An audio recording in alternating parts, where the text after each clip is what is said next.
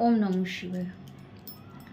আজকে বলবো স্যাটার্ন জনিত বা শনিদেব জনিত কোনো সমস্যা থাকলে, সে কুণ্ডলীর দ্বারাই হোক বা সাড়ে সাতিই চলুক কিংবা ঢাইয়া বা পনতি যাই হোক না কেন, কোনো সমস্যা থাকলে লাইফে আপনারা একটা কাজ করুন।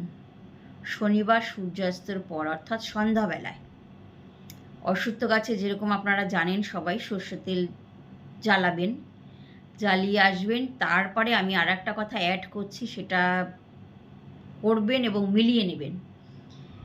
জ্বালিয়ে দিয়ে তারপরে হনুমানজির মন্দিরে যান, যদি কাছেই থাকে তো খুব ভালো।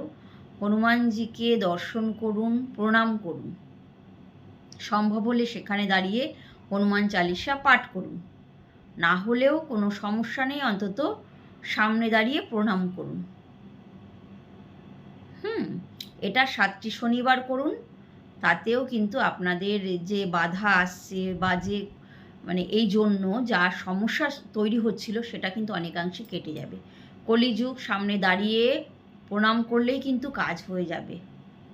এখন সময় নেই অত মন্ত্রতন্ত্র জপ করার, তো আপনারা সামনে দাঁড়িয়ে ভক্তি ভরে শুধু প্রণাম করুন, তাতেই সমস্যার সমাধান।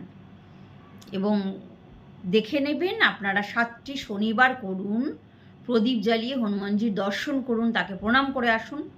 তারপরে আপনারা মিলিয়ে দেখে নিন সমস্যা কতটা আপনাদের সলভ হয়। নমস্কার, ভালো থাকবেন।